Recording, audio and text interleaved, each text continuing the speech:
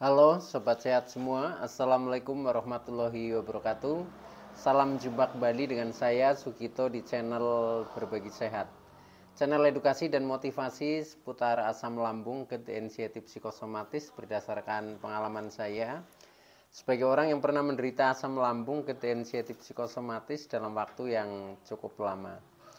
Dan alhamdulillah sekarang sudah sembuh ya. Harapan saya khususnya kepada teman-teman yang masih dalam penderitaan asam lambung, GERD, anxiety, psikosomatis setelah menonton video ini akan dapat tersugesti dan termotivasi untuk dapat cepat sembuh.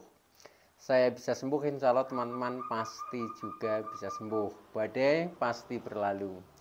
Baiklah teman-teman, pada kesempatan kali ini saya akan berbagi seputar asam lambung, GERD, anxiety, psikosomatis dengan topik keraguan-raguan dapat menimbulkan kecemasan atau anxiety disorder. Baiklah teman-teman ya, sebelum saya lanjutkan, tolong yang belum subscribe channel ini, klik subscribe dan loncengnya supaya teman-teman tidak ketinggalan konten video-video berikutnya. Dan jika suka, klik like, selalu bagikan ke sosial media teman-teman. Semoga bermanfaat buat kita semua. Baiklah, kita lanjutkan. Jadi topik kita kali ini adalah keraguan-raguan ya, dapat menimbulkan kecemasan. Teman-teman semua, sikap ya atau tingkah laku ya, keraguan-raguan ya. Jadi keraguan-raguan itu ragu-ragu lah ya, ragu-ragu atau setengah-setengah ya, atau tidak yakin dengan tindakannya sendiri atau dengan keputusannya sendiri, sehingga dapat menimbulkan kecemasan. Nah ini sering kita alami ya, khususnya bagi penderita asam lambung, GERD, anxiety, psikosomatis. Dan ketika kita mendapatkan kecemasan atau anxiety disorder ya, kemudian akan menimbulkan ini apa, pikiran-pikiran yang menjadi tegang, menjadi kacau ya. Nah akhirnya memicu asam lambung untuk naik gitu. Nah karena asam lambung naik maka berputar ya, kecemasan itu akan semakin timbul ya, semakin timbul, bahkan bisa berkembang menjadi kecemasan yang satu ke yang lain, mungkin menjadi tambah kekhawatiran ya, tambah ketakutan, tambah was-was dan lain sebagainya ya. Bahkan juga bisa memicu emosi juga menjadi tidak stabil. Nah ini karena dari kesalahan sendiri yang kita sering melangkah dengan ragu-ragu. Nah ragu-ragu dalam segala hal ya, terutama tindakan-tindakan kita yang kadang tidak kita sadari ya, tetapi faktanya kita sering ada ragu-ragu atau tidak yakin ya di dalam mengambil tindakan, nah, sehingga akhirnya menjadi beban pikiran. Nah contohnya ya, yang pertama ya, ini misalkan kita ragu-ragu tentang makan ya, mau makan aja ragu-ragu ya. Ragu makan ini, ragu makan itu. Nah akhirnya munculnya cemas. Nah pertama dari keraguan-raguan, tetapi kemudian kita mengambil keputusan. Nah keputusan itu di atas keraguan-raguan ya.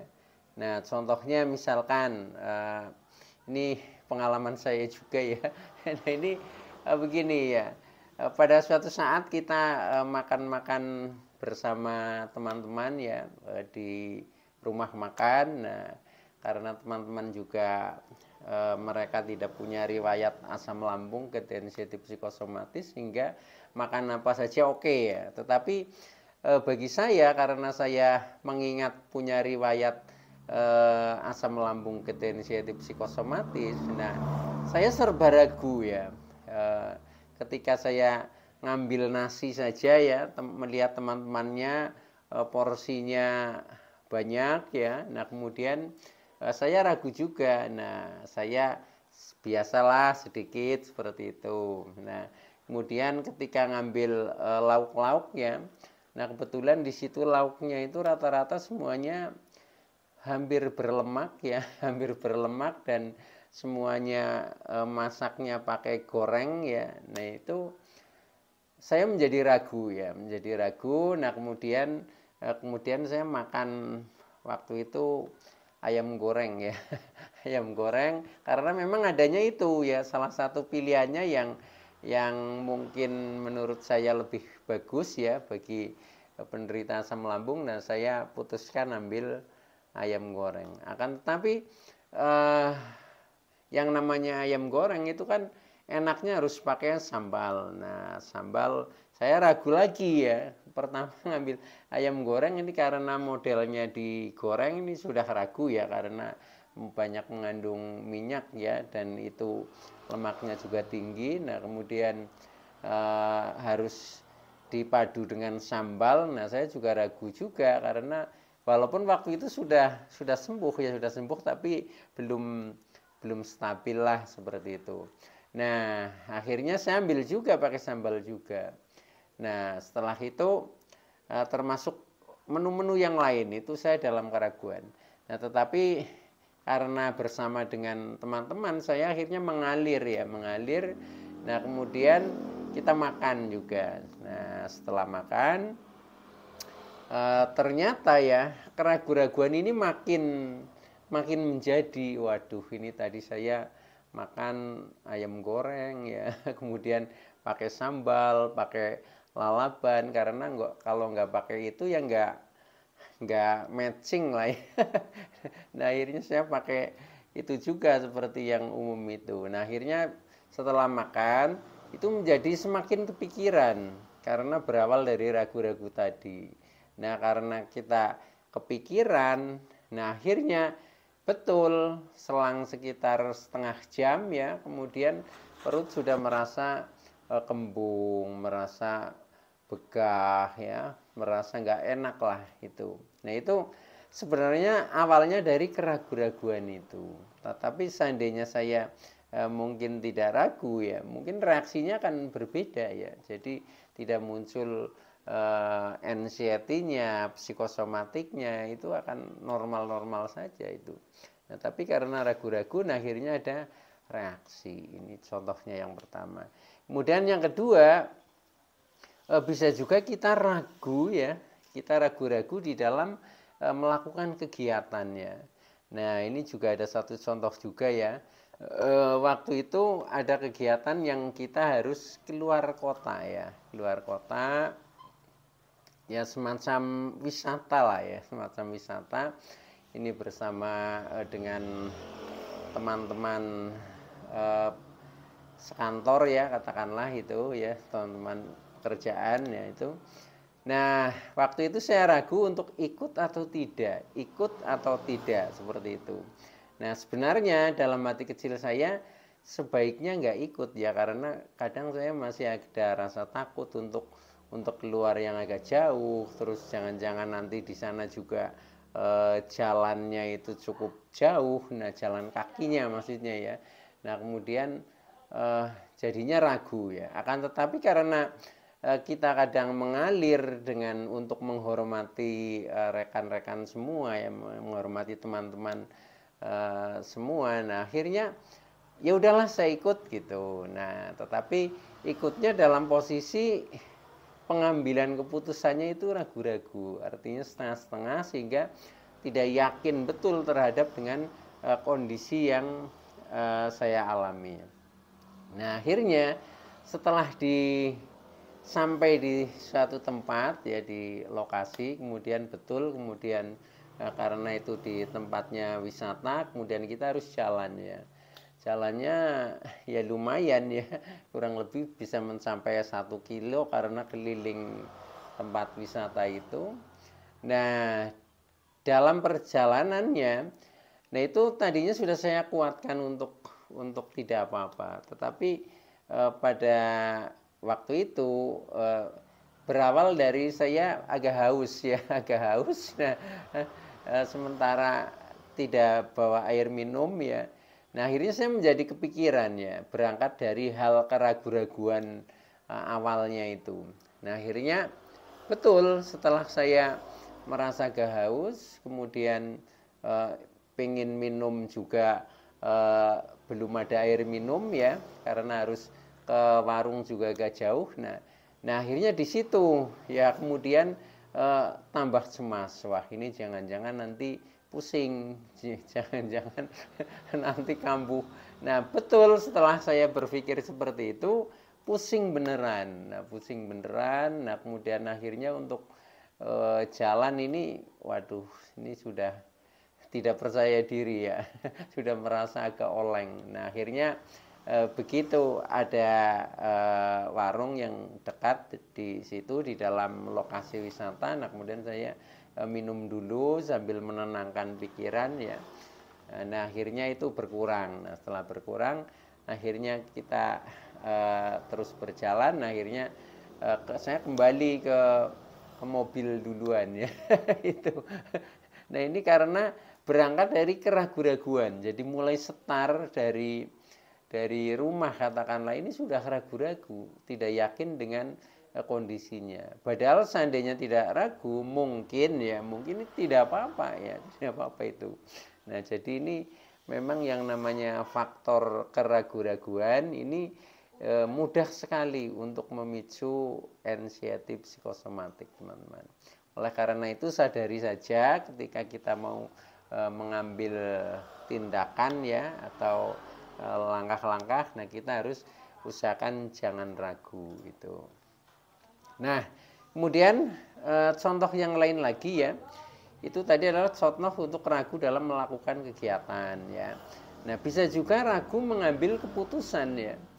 Mengambil keputusan itu contohnya misalkan ketika kita apa ya memutuskan sesuatu hal lah, mungkin iya atau tidak ya. Nah itu dalam keraguan-raguan ya. Nah akhirnya menjadikan pikiran juga karena setengah-setengah itu. Nah akhirnya setelah seperti itu juga akhirnya bisa pikiran selalu ragu ya. Nah akhirnya menjadikan perasaan tidak nyaman ya, dan akhirnya asam lambung juga akan naik karena lambung itu selalu respon terhadap kondisi psikis kita itu. Nah maka dari itu ketika kita mengambil keputusan itu juga harus jangan setengah-setengah, artinya jangan ragu, kalau iya iya, kalau tidak juga tidak. Jadi semuanya itu harus serba yakin. Nah dengan seperti itu maka anxiety dan psikosomatik ini tidak akan terpicu untuk selalu muncul ya itu. Ya gitu teman-teman ya. Nah kemudian yang lebih penting lagi ini adalah solusinya teman-teman.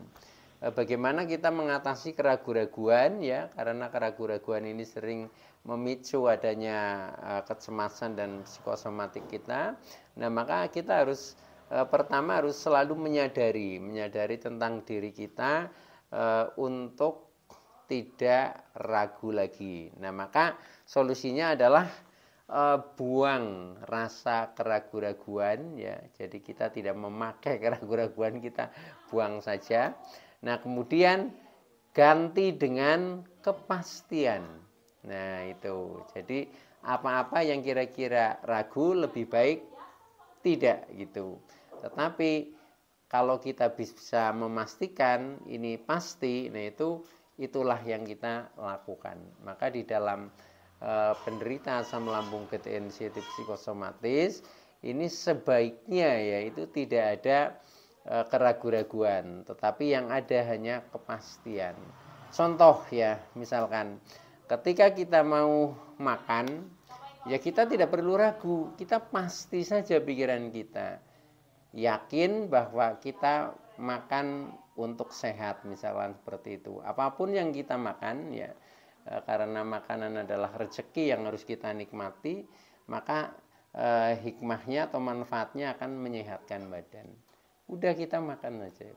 Itu insya Allah nanti pikiran ya, perasaan, jiwa kita ini akan tenang karena tidak ada keraguan-raguan. Setelah makan ya udah kita berharapnya menjadi tambah energi, tambah sehat, kan seperti itu. Karena dari mindset pertama ini sudah tidak ragu lagi, tapi sudah ada kepastian kepastian yang positif gitu teman-teman. Nah itu contohnya seperti itu. Termasuk ketika misalkan kita mau melakukan aktivitas atau kegiatan, entah itu kegiatan di rumah ya, di seputar rumah maupun keluar rumah atau mungkin keluar kota. Nah itu juga harus dengan kepastian. Kalau kira-kira yakin pasti saya mampu, ya udah jalankan. Itu justru akan menambah fresh di dalam tubuh kita ya, karena tidak muncul lagi adanya kecemasan. Tetapi kalau kita masih ragu ya sama saja seperti tadi itu ya. Itu termasuk yang terakhir ketika kita mengambil keputusan juga sama. Kita harus berangkat dari kepastian, jangan keraguan-raguan. Jadi yang perlu dipakai kata-kata itu adalah ya atau tidak ya, jangan setengah-setengah gitu. Nah, insya Allah dengan seperti itu mindset pikiran kita menjadi positif ya. Karena pikiran mindsetnya positif maka tidak akan timbul anxiety dan psikosomatik kita, sehingga tidak akan direspon oleh lambung yang kadang menimbulkan asam lambung ya. Nah ini asam lambung cenderung akan normal. Nah karena asam lambung normal maka kita akan sembuh teman-teman. Oke ya, itu dulu yang bisa saya sampaikan. Mudah-mudahan bermanfaat. Terima kasih atas like, subscribe, serta komennya. Pada teman-teman yang masih dalam penderitaan asam lambung inisiatif psikosomatis, semoga cepat sembuh. Kurang lebihnya mohon maaf. Terima kasih. Wassalamualaikum warahmatullahi wabarakatuh.